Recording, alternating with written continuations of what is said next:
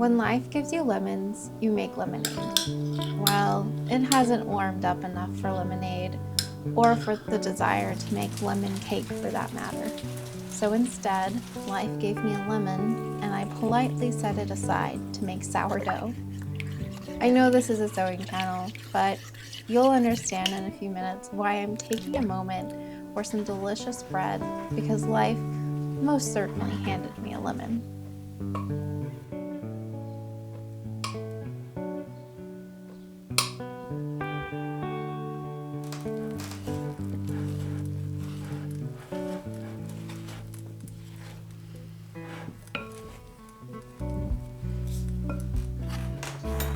I had the unexpected happen, and that would be I got hail damage on my pattern pieces that I traced off in my last video. I live out in the Midwest, where the weather this time of year in the spring is unpredictable and storms pop up out of nowhere, and it's great. It keeps you on your toes. So while I was downstairs in the basement, hiding from a possible tornado, my sunroom got sun damage and busted a window, and then I came upstairs to find that my table was covered in hail and my window was busted out among about 4 or 5 other windows in my apartment. That is the haps with what's going on with my pattern. A crazy once in a lifetime situation, hopefully once in a lifetime. I really don't want to be that close to a tornado ever again, but it's the Midwest. Anything can happen. Okay, I have a little bit of time before I actually need to leave, so I figured I'd just jump on here and record a little bit more to show a little bit of the before and after of these poor little patterns. This is my lovely hail damaged pattern, one of many.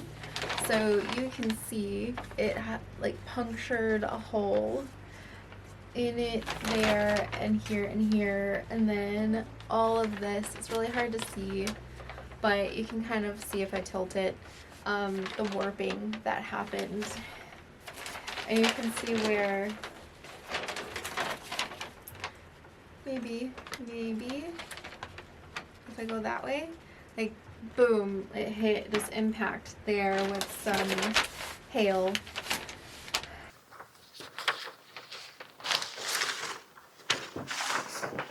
All right, revised patterns, fresh, new lines, seam allowance.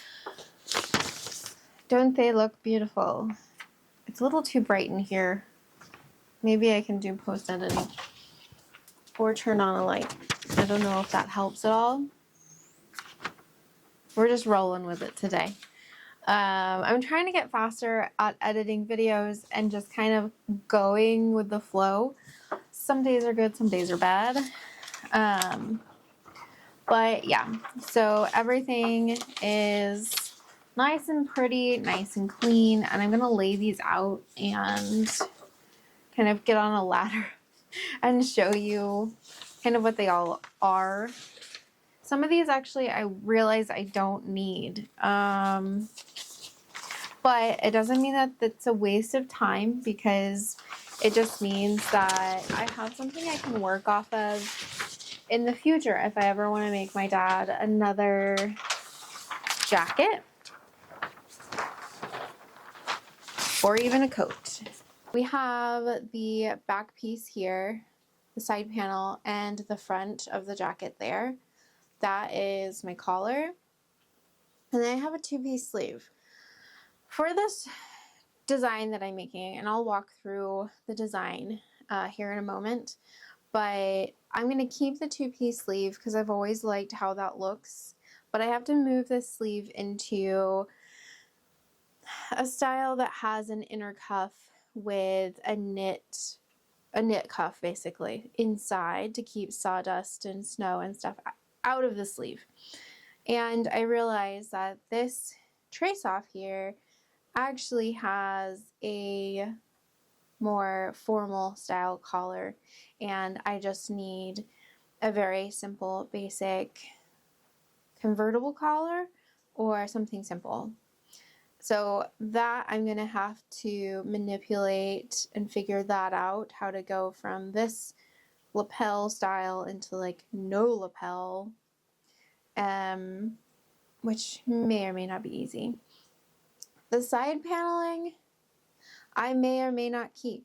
I have this design sketched out already, but I feel like this side panel could actually come in handy for a feature in the jacket that I have designed. So this is not the best view of things all together, but I wanted to show you kind of a walkthrough of what I'm starting with at the beginning, and then I'll walk through how it all changes. Now the collar over here is basically, I don't even need it, I don't think. So yeah, it's just an extra part. All right, so right here I have my concept board, or some people call it a mood board. Industry, I've always heard concept, and in smaller companies, sometimes they still call it mood boards, but it's basically the same thing.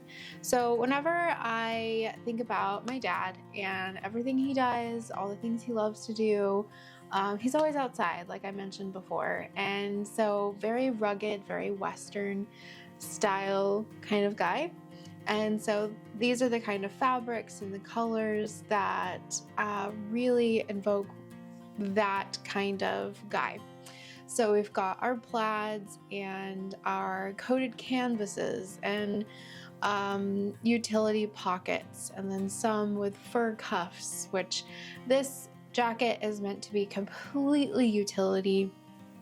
I want him to be able to wear this in the winter, and basically, if he needs to do maintenance on a tractor, he does not have to feel bad about rolling around in the leaves and the mud, whatever, to do what he needs to do. And I've told him this. I was like, this is not going to be a church coat. This is going to be a beat it up as much as you want coat.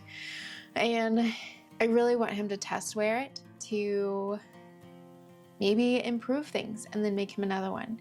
Going up to design 1 and 2, these are the two designs that I've kind of just made up for options to pick from. And in design 1, we have a more formal collar and more formal closure, which is just, it is denim style brass buttons. But this style collar matches closer to the original coat that I copied from. And same thing with the yoke. The front of that coat has the style of yoke. And then continuing on, we have this style of sleeve that's kind of like a double sleeve. It has an internal cuff that is a knit, and I want to try to find a wool one, not like a poly blend or anything. So hopefully it exists. Surely it does. So it's like a sleeve inside of a sleeve, but on the outside it just looks like your typical wool jacket sleeve. I will be keeping this as a 2-piece sleeve. Also added into this jacket, I have side slits. So the jacket is unusually long. So typically a jacket will end around like the fullest part of your butt or a little bit higher. And my dad really wants this jacket to end right at the tips of his fingers. So that does limit mobility if you go and have a jacket that's like just above your knees. And what I mean by that is if it's a work jacket, you're going to kneel, you're going to squat down, you're going to, go up ladders or whatever. And so I'm adding in these side zippers so that way, if he does any of those things, he can leave it open, zipped open on the sides, so he can easily move around. And then if he's just walking, like if he goes hunting or something and he's just walking around for a while before he figures out where he wants to set up, he can have them zip down and not have a gust of wind go through. So that's built into both designs. And so for design 2, we have more of like a utility style collar, very simple, straightforward, and then the center front zip with a large brass zipper. We've got another style of Western yoke, front and back, and pockets are slightly different. This one does not have a pin slot or pencil slot in the tops of them, but maybe that's something I add a little later. And then the bottom pockets on the hips have gussets in them, so you can put all sorts of things in there. If it's not snacks, then it's probably like car parts or nuts and bolts and who knows what else he carries around. And then the sleeve style here is just one with a sleeve cuff that snaps shut, and it has a slight opening at the wrist. And same thing, it's got the hip zippers. So yeah, it's slightly more simplified. Those are the 2 designs that I have created. And one of the biggest challenges will be creating this kind of pleated gusset expansion feature in this jacket. So not only does my dad need to go up and down ladders, move his legs and squat and kneel, but he also needs to be able to move his arms well without any restrictions. So believe it or not, you would think that if you're lowering your armhole that you would have more mobility in your arms and stuff, but it's actually the opposite. So the smaller and tighter your armhole is, the more mobility you have and the less your garment moves up and down on your body. So with the jacket, for instance, especially for workwear, like the last thing you want to do is have too large of an armhole and then go to reach up to grab something like on the top shelf, and your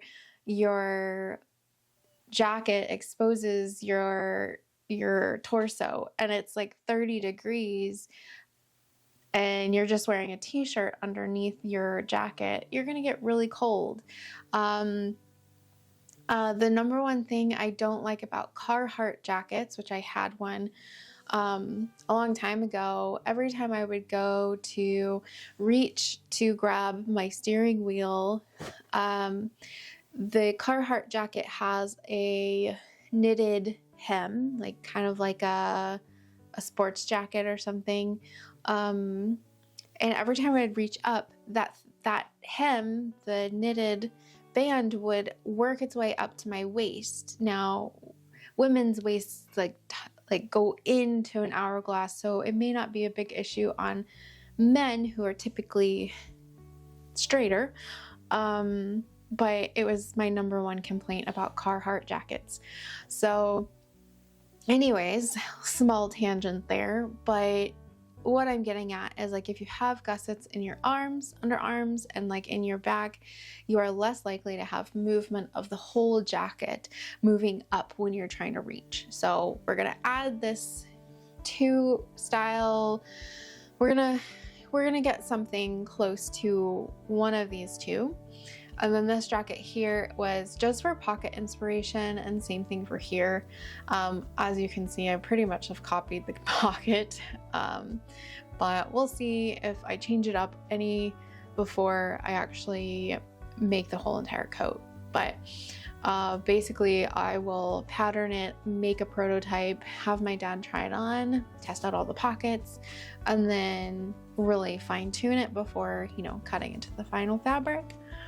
That pretty much wraps up this video. I've got a good idea of how I want to go from the patterns I have right now into one of these sketches that I just showed you.